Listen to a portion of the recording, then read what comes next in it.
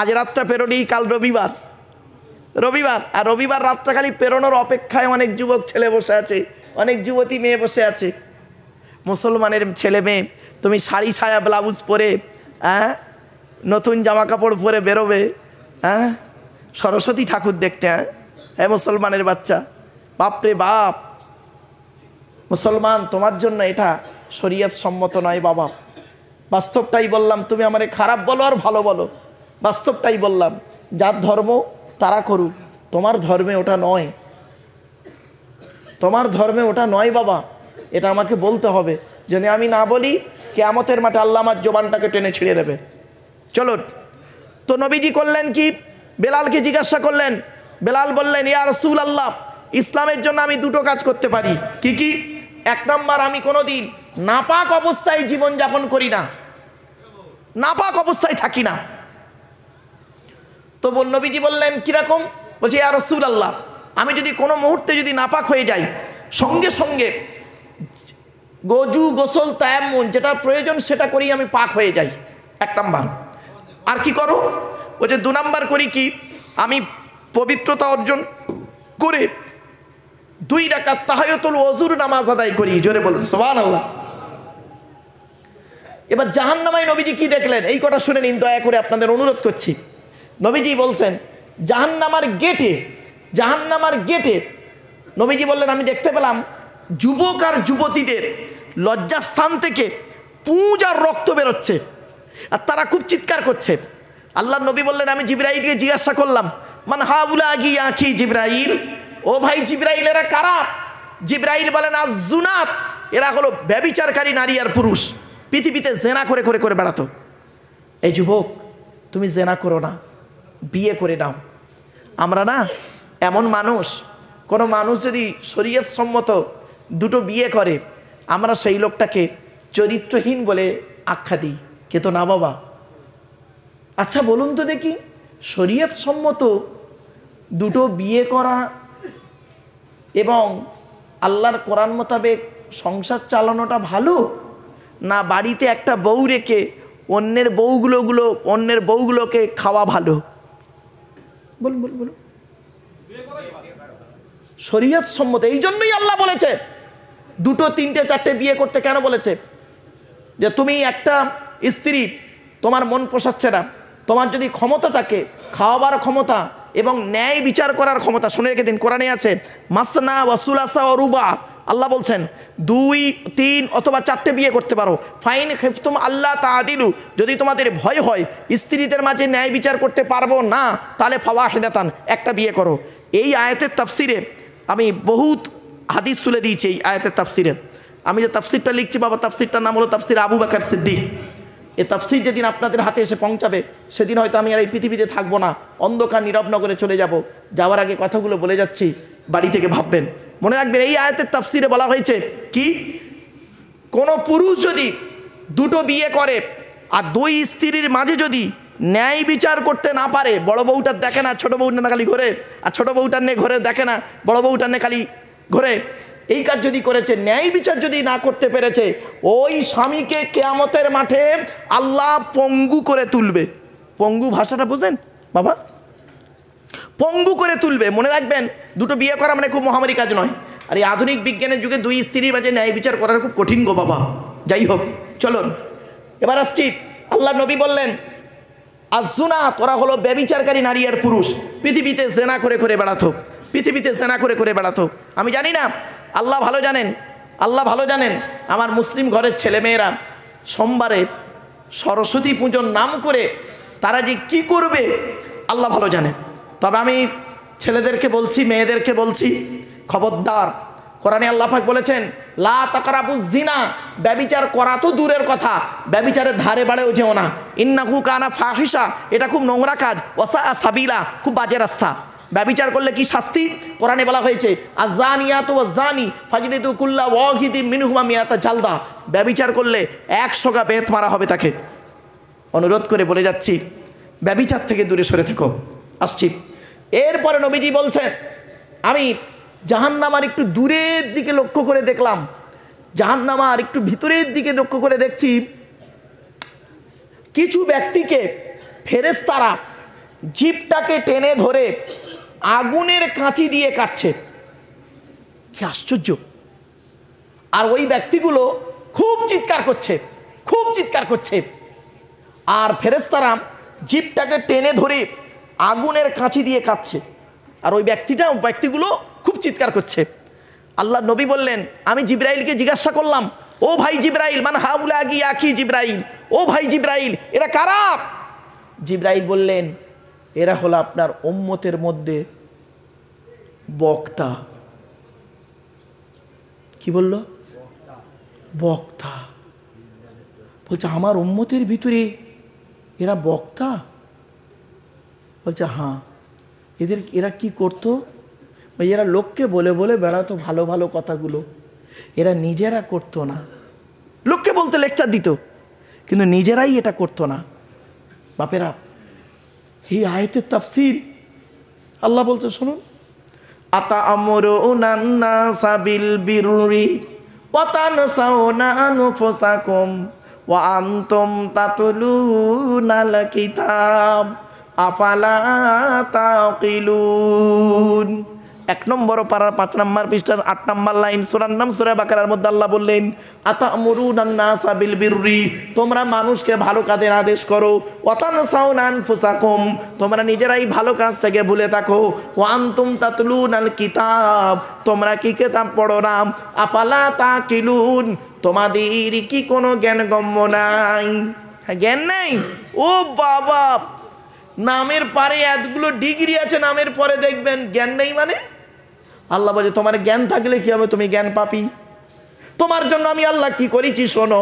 কোরআন বলছে, ওয়ালাকাদ যারানা আলি জাহান্নামা কাসীরাম মিনাল জিন্নি ওয়াল ইনসি লাহুম কুলুবুল লা ইয়াফকাহুনা বিহা ওয়া লাহুম আয়ুনুল লা ইউবসিরুনা বিহা ওয়া লাহুম আযানুল লা ইয়াসমাউনা বিহা উলাইকা কাল আনআমি বানুহুম আদাল উলাইকা হুমুল গাফিলুন। 9 নম্বর পারা 13 নম্বর পৃষ্ঠার 1 নম্বর লাইন, সূরার নাম সূরা আরাফের মধ্যে আল্লাহ পাক বলে দিলেন, আমি আল্লাহ জাহান্নাম তৈরি করেছি জিন আর ইনসানের জন্য। কাদের জন্য জাহান্নাম? শুনে রেখে দিন, লাহুম কুলুবুল লা ইয়াফকাহুনা বিহা, যাদের বোঝার জন্য হৃদয় দিয়েছি, নেওয়ার নাইটা বোঝে, কোনো প্রতিবাদ করে না। ওয়ালাহুম আয়ুনুল লা ইউবসিরুনা বিহা, নেওয়ার নাই বোঝার জন্য, দেখার জন্য চোখ দান করেছি, দেখেও না দেখার ভান করে চলে। ওয়ালাহুম আযানুল লা ইয়াসমাউনা বিহা, যাদের শোনার জন্য কান দান করলাম, তারা শুনেও না শোনার ভান করে চলে গেল। ওরা মানুষ নয়। কোরআন বলছে উলাইকা কাল আনআম, ওরা হলো চতুষ্পদ জন্তুর ন্যায়। চতুষ্পদ জন্তু বলে যদি আয়াতটা ছেড়ে দিতেন তাহলে বেঁচে যেতাম। কোনো রকম গাধা, উট, ঘোড়া, দুম্বার মতন হতাম। আল্লাহ বলে কি, বালহুম আদল, বরং তার থেকেও নিকৃষ্ট। আল্লাহ নিজেই শুকর বলছে, ডাইরেক্ট বলে, নেয়া পরিষ্কার বলে দিচ্ছে, চতুষ্পদ জন্তুর মধ্যে নিকৃষ্ট প্রাণী কাকে বলা হয় বাবা? কোরআন বলছে বালহুম আদল, বরং তার থেকেও নিকৃষ্ট। বাপেরা, বাড়ি থেকে ভাববেন, চোখটা খুলুন, আর চোখটা বন্ধ না রেখে আপনি ন্যায় অন্যায়টা দেখে না দেখার ভান করে চলবেন না। আপনার স্ত্রী অন্যায় করেছে, আপনার মা অন্যায় করেনি, আপনি স্ত্রীর কথা শুনে মার গায়ে চড় মেরে দিলেন। ভাববেন বাড়িতে গিয়ে, আপনি আপনার শ্বশুরকে শাশুড়িকে ভক্তি করছেন, নিজের জন্মদাতা বাপকে ভক্তি করেননি। শুনে রেখে দিন, এই পশ্চিম বাংলায় 90% মেয়ে ছেলে তার নিজের বাম্মাকে বেশি ভালোবাসে, শ্বশুর শাশুড়ি ভালোবাসে না বেশি। আর 90% ছেলে তার নিজের বাম্মাকে ভালোবাসে না অত, শ্বশুর শাশুড়িকে বেশি ভালোবাসে। ঠিক না বেঠিক? এখানে যত পুরুষ বসে আছেন বাস্তব বলুন, আপনার শ্বশুর এলে, আপনার শাশুড়ি এলে আপনি কি আপ্যায়ন না করেন? আপনার মাকে আপনার বউ করে, আপনার বাপকে আপনার বউয়ের সেবা করে? আপনি করছেন। আপনি আপনার শ্বশুর শাশুড়ির ভক্তি শ্রদ্ধা দেখাচ্ছেন, আপনার বউ তার বিনিময়ে কিছুই করছে না। বাড়ি থেকে ভাববেন। এজন্য আপনাদের বলে যাচ্ছি, এই মা বোনেরা, মেয়ে ছেলেরা আছে না চলে গেছে? আছে? এই মা বোনেরা ভালো করে শুনে নাও, আজকে আপনারা বাড়ি যাবেন, বাড়িতে গিয়ে দেখবেন আপনাদের 4 শ্রেণীর মেয়ে ছেলে আছে। 4 শ্রেণীর মেয়ে কে কে? আপনার মা, আপনার বোন, আপনার মেয়ে, আপনার বউ, এই 4 শ্রেণীর মেয়ে। এই 4 শ্রেণীর মেয়ে জান্নাতি না জাহান্নামী এখান থেকে আজকে শিখে যান। বাড়ি থেকেই নিজেই সার্টিফিকেট দিতে পারবেন আমার বউ জাহান্নামী। আমার বউ যত নামাজ পড়ুক, রোজা রাখুক, হজ করুক আর তাহাজ্জুদ পড়ুক, জাহান্নামী। আমার মা জাহান্নামী, ও নামাজ পড়লে, রোজা রাখলে, হজ করলেও জাহান্নামী। আমার মেয়ে নামাজ পড়ুক, রোজা রাখুক, জাহান্নামী। আমার বোন নামাজ পড়ুক, রোজা রাখুক, জাহান্নামী। কি আমি বলিনি, নবীজি বলেছেন, শুনে নিন। আল্লাহর নবী বলেছেন ওই সমস্ত নারীরা হলো জাহান্নামী যে নারী তার স্বামীর সঙ্গে যখন কথা বলে মেজাজ দিয়ে কথা বলে, মেজাজ দিয়ে কথা বলে, ওই নারী জাহান্নামী। অনেক নারী আছে দেখবেন স্বামীর সঙ্গে যখন কথা বলে মেজাজ দিয়ে কথা বলে, আর পাড়ার সমস্ত লোকের সঙ্গে কথা বলছে মিষ্টি সুরে কথা বলছে, আর নিজের স্বামীর সঙ্গে যখন কথা বলে দেখবেন মেজাজ দিয়ে। ও নারী যত নামাজ পড়ুক, যত বড় মুফতি সাহেব, পীর সাহেবের মেয়ে হোক, ও জাহান্নামী। 2 নাম্বার হলো ওই নারী জাহান্নামী যে নারী স্বামীর দুর্নাম বদনাম অন্যের কাছে করে বেড়ায়। 3 নাম্বার ওই নারী জাহান্নামী যে নারী বিনা কারণে স্বামীর বিছানা ছেড়ে দিয়ে অন্য বিছানায় রাত কাটায়। 4 নাম্বার ওই নারী জাহান্নামী যে নারী স্বামীর পরিবারের সঙ্গে খারাপ আচরণ করে। স্বামীর পরিবারটা কে বাবা? স্বামীর বাপ, স্বামীর মা। এই নারী জাহান্নামী। ও যত নামাজ পড়ুক, হাই সাহেবের মেয়ে হোক আর মুফতি সাহেবের মেয়ে হোক, জাহান্নামী। এরপরে বলা হয়েছে ওই নারী জাহান্নামী যে নারী তার স্বামীর অনুপস্থিতিতে সতীত্বটাকে পরকীয়ায় লিপ্ত করে। ভাষা বুঝতে পারছেন? আর ব্যাখ্যা করলাম না, বাচ্চা ছেলেরা আছে, রাতের বেলা ব্যাখ্যা বেশি করলাম না, একটু বুঝে নিন। ওই নারী জাহান্নামী যে নারী তার স্বামীকে বলে তোমার সঙ্গে বিয়ে হয়ে আমার জীবন নষ্ট হয়ে গেছে, আমার মতো মেয়ে বলে তোমার জীবনটা উদ্ধার হয়ে গেছে, আমার মতো মেয়ে বলে তোমার সংসার করছে, অন্য কেউ হলে করতো না। তোমার সঙ্গে বিয়ে হওয়ার আগে আমার বাপ আমাকে বিয়ে করতে এসেছিল, কত মাস্টার, ডাক্তার, ইঞ্জিনিয়ার, প্রফেসর, আমার বাপ সেখানে দেয়নি, এখানে ভালোবাসে বলে দিয়েছে। আবার দেবে কি করে? তুই তো 9 ক্লাস কম মাধ্যমিক পাস, তোকে দেবে কি করে ভাই? বুঝতে পেরেছেন? হ্যাঁ, তুই তো 9 ক্লাস কম মাধ্যমিক পাস, মানে 1 পাস। তা একটা ডাক্তার তোর বিয়ে করবে? ডাক্তার বিয়ে করলে গ্র্যাজুয়েট মেয়ে বিয়ে করবে, মাস্টার বিয়ে করলে গ্র্যাজুয়েট মেয়ে তোর বিয়ে করবে। আমি ভালো বলে তোর বিয়ে করিয়েছি। কথাটা শুনতে হয়তো খারাপ লাগলো না, অতি বাস্তব কথা বলে গেলাম। আল্লাহর কোরআন বলছে এগুলোর প্রতিবাদ করতে শিখুন। আজ বাড়িতে যাবেন, বাড়িতে গিয়ে শুনে রেখেন, বিলপাড়ার মানুষেরা শুনে নেন, বাড়ি যাবেন, বাড়িতে গিয়ে বালিশে মাথা রেখে একটা প্রশ্নের উত্তর খুঁজে বের করবেন। যদি উত্তরটা পেয়ে যান 100%, তাহলে বলবেন ইনশাআল্লাহ কিয়ামতের মাঠে আল্লাহ আমাকে জান্নাত দেবে। আর যদি উত্তরটা না পান, তাহলে আগামীকাল থেকে ওই উত্তরটা পাওয়ার জন্য তৈরি হন। প্রশ্নটা কি বলবো? হ্যাঁ বলবো? মনে রাখুন, আমি কি ভালো? কি বললাম? নিজেকে প্রশ্ন করুন। মানে আরাফা নাফসাহু ফাকাদ আরাফা রাব্বাহু, যে তার নিজের নফসকে চিনতে পেরেছে সে তার রবকে চিনতে পেরেছে। আপনি নিজেকে প্রশ্ন করুন, আমি কি ভালো? আমি স্বামী হিসাবে কতটা ভালো? স্বামীর যা যা দায়িত্ব আল্লাহ পাক এবং তার নবী দিয়েছেন, সেই দায়িত্বগুলো আমার মধ্যে আছে? পিতা হিসাবে আমি কি ভালো?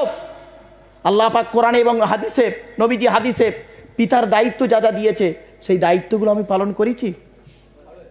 3 নাম্বার, ছেলে হিসাবে কতটা ভালো? ছেলে হিসাবে যা দায়িত্ব দিয়েছে আল্লাহ পাক এবং নবী দিয়েছেন পিতামাতার সেবা করতে, সেগুলোকে আমি করেছি? 4 নাম্বার, ভাই হিসাবে কতটা পারফেক্ট? ভাইয়ের হকটা আদায় করেছি, না জমিগুলো নিজের নামে রেকর্ড করে নিয়ে বসে আছি? জমিগুলো নিজের নামে রেকর্ড করে নিয়ে বসে আছি। 5 নাম্বার, শুনে রেখে দিন, শ্বশুর হিসাবে আমি কতটা পারফেক্ট? শ্বশুর হিসাবে। 6 নাম্বার, দাদু হিসাবে কতটা পারফেক্ট? নানা হিসাবে কতটা পারফেক্ট? মামা হিসাবে কতটা পারফেক্ট? দুলাভাই হিসাবে কতটা পারফেক্ট?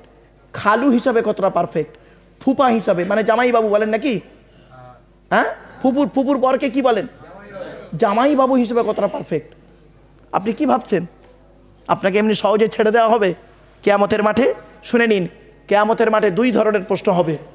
আল্লাহর তরফ থেকে একটা প্রশ্ন হবে, বান্দার তরফ থেকে প্রশ্ন হবে। আল্লাহর তরফের প্রশ্ন হবে, তুই আমাকে বিশ্বাস করেছিলিস 100%? আপনি আমি কি বলবো? আল্লাহ, কোরআন হাদিস মোতাবেক চেষ্টা করেছি বিশ্বাস করতে, 100% চেষ্টা করেছি, হয়নি। যাক, নামাজটা পড়েছিলিস? আপনি আমি কি বলবো? 40 বছর বয়স পর্যন্ত ঈদ আর বকরা ঈদ ছাড়া পড়িনি। তারপরে জয়নগরে একটা ঠ্যাংটা ভেঙে গেল অ্যাক্সিডেন্টে, তারপর থেকে মসজিদ থেকে বেরোইনি। 70 বছর বেঁচে ছিল। দেখুন 30 বছরে একদিনও নামাজ কাজা নেই। এই দুই কাঁধে দুই ফেরেশতা জিজ্ঞেস করুন, আল্লাহ বলবে সত্যি দেখতো না? হ্যাঁ, ঠিক আছে। রোজা রেখেছিলিস? আল্লাহ,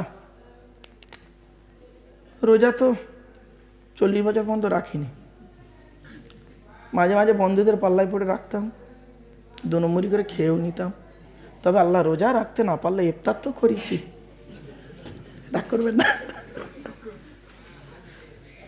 আল্লাহ আর বলবে, বান্দা নিজেই বলবে আল্লাহকে, আল্লাহ আপনি তো বলেছেন, কোরআনে বলেছেন, লা তাকনাতু মির রাহমাতিল্লাহ, তোরা আমার রহমত থেকে নিরাশ হয়ে যাস না। ইন্নাল্লাহা ইয়াগফিরু যুনুবা জামিয়া, আমি আল্লাহ তোদের গুনাহগুলো মাফ করে দেবো। ইন্নাহু হুয়াল গফুরুর রহিম, আমি দয়ালু দয়াবান। তো আল্লাহ, আপনি কথা মোতাবেক আমার গুনাহগুলো মাফ করে দেন। আপনি তো বলেছেন কোরআনে, ইন্নাল্লাহা লা ইয়াগফিরু আন ইউশরাকা বিহি ওয়া ইয়াগফিরু মা দুনা যালিকা লিমান ইয়াশা। আপনি তো আল্লাহ নিজেই বলেছেন কোরআনে, শিরককারীর গুনাহ মাফ করবো না, বাকি গুনাহগুলো মাফ করলেও করতে পারি, নাও পারি। আল্লাহ মাফ করে দিন না। তো আল্লাহ দয়ালু দয়াবান, ইচ্ছা করলে হয়তো বলবেন, আল্লাহ পাক যা, আমার দিকে প্রশ্নগুলো, নামাজ রোজাগুলো মাফ করে দিলাম, যা মাফ করে দিলাম। দ্বিতীয় প্রশ্ন হবে বান্দার তরফ থেকে, ওইখানেই সব ধরা পড়ে যাব। কি? আল্লাহ বলবেন, ছেলে হিসাবে কত ভালো ছিলিস, বাপ হিসাবে কি দায়িত্ব পালন করেছিস, স্বামী হিসাবে কি দায়িত্ব পালন করেছিস, ভাই হিসাবে কি দায়িত্ব পালন করেছিস, বোনের ফারাই যে অংশটা দিয়েছিলিস, বোনের ফারাই যে অংশটা দিয়েছিলিস, ভাববেন বাড়িতে গিয়ে, নাকি বাপ মরে গিয়েছিল, ফারাই যে অংশ দেননি কেন? হ্যাঁ, এই মেয়ে ছেলেরা শুনে নিন, এই কোরআনে আছে ইউসিকুমুল্লাহ পৃষ্ঠা, কোরআনের 4 নম্বর পারার 18 নম্বর পৃষ্ঠাটা গোটাই ফারাইজের আলোচনা। একজন বেটা, মানে একটা বেটা ছেলে সমান 2টো মেয়ে ছেলে। ধরুন আমার বাপ মারা গেছে, আমার বাপ মারা গেছে, আমি একটাই ছেলে, 2টো বোন, মা মারা গেছে, আমার বাপ 1 লাখ টাকা রেখে গেছে ব্যাংকে, 10 বিঘা জমি রেখে গেছে। কে কত পাবে? সহজ ভাষায় বলে দিচ্ছি, আমি পাবো 50,000 টাকা, আমার 2টো বোন পাবে 25-25 50,000 টাকা, আমি পাবো 5 বিঘা জমি, আমার 2টো বোন পাবে 2.5 বিঘা জমি। দিয়েছেন? এই মা বোনেরা, ফারাইজ অংশ নিয়ে যাবেন। আর অনেক ভাই আছে দেখবেন, ফারাইজি অংশ নিয়ে গেলে বলে ভাই বোনের বিচ্ছেদ। হ্যাঁ, ফারাইজি অংশ দেওয়ার পরে ভাই বোনের মহব্বত থাকাটাই, ভালোবাসা থাকাটাই হলো ঈমান। আর নইলে তুমি বোনকে ভালোবাসো তো স্বার্থে, বাপের অংশ খাচ্ছ তাই বোনকে ভালোবাসছো, ও ভালোবাসার মূল্য নেই। বাড়ি থেকে ভাববেন, কথাটা শুনতে হয়তো না আপনাদের খারাপ লাগছে, আল্লাহ পাক কোরআনে বলেছেন, অনুরোধ করে বলে যাচ্ছি, আয় ছেলেরা, মামার অংশ নেবেন, নানার অংশ নেবেন, নানার অংশ নিয়ে আসবেন, চাচার অংশ, ভাইয়ের, মানে কোরআনে আছে, কোরআন হাদিসে আছে, বা মামার বাপের কথা নয়। আপনি আপনার দায়িত্ব তো পালন করেননি। আপনি ফরজ নামাজ পড়েছেন আর রোজা রেখে আপনি কাটিয়ে দিয়েছেন, ওরে আল্লাহর তরফের প্রশ্ন আপনি পার হয়ে গেলেন, বান্দার তরফের প্রশ্ন আপনাকে ধরা হবে। এখান থেকে ঠিক করুন। অসুবিধা হচ্ছে বাবা? হ্যাঁ, চলুন এগিয়ে যাচ্ছি। তাই আল্লাহ পাক বললেন, ইয়া আইয়ুহাল্লাযীনা আমানু লিমা তাকুলুনা মা লা তাফআলুন, ওগুলি তোমরা কেন বলো যেগুলি তোমরা নিজেরা করো না। কাবুরা মাকতান ইনদাল্লাহ, আল্লাহর কাছে অপছন্দনীয় এই সমস্ত, আন তাকুলু, তোমরা লোককে বলে বলে বেড়াও, মা লা তাফআলুন, যেগুলি তোমরা নিজেরা করো না। আমার বাপেরা, অনুরোধ করে বলে যাচ্ছি, আগে নিজে করুন, অপরকে বলুন, তাহলে দেখবেন সেই কথার একটু আসর হবে, চিহ্ন হবে। চলুন এগিয়ে যাচ্ছি। এরপরে আল্লাহ পাক অপছন্দ করে কাদের, আল্লাহ বলে দিলাম এইটা।